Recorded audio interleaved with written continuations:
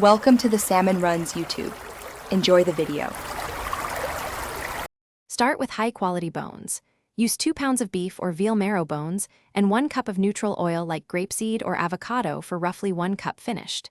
Add 1 teaspoon of citric acid or 1 tablespoon of vinegar to help release marrow, plus 1 teaspoon fine salt.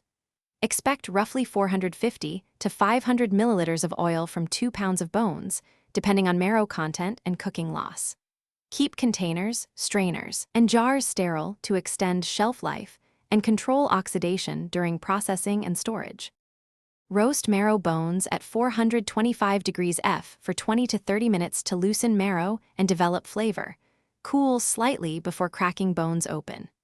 Transfer scraped marrow and roasted bone fragments into a heat-proof jar and set in a double boiler, or place in an oven-safe dish set in a water bath. Render gently at 275 degrees F, or use stovetop double boiler low heat for 45 to 60 minutes to extract oil without burning.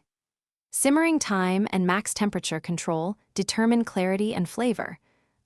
Strain the warm rendered liquid through a fine mesh sieve and then a coffee filter to remove tiny particulates. Pour while warm for best flow and cool to room temperature before sealing.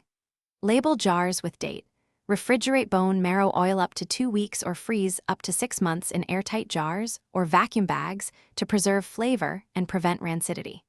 Use culinary doses like 1 teaspoon per serving in soups, 1 tablespoon for roast vegetables, or up to 2 tablespoons for rich sauces, and consider topical use at small amounts for mesa.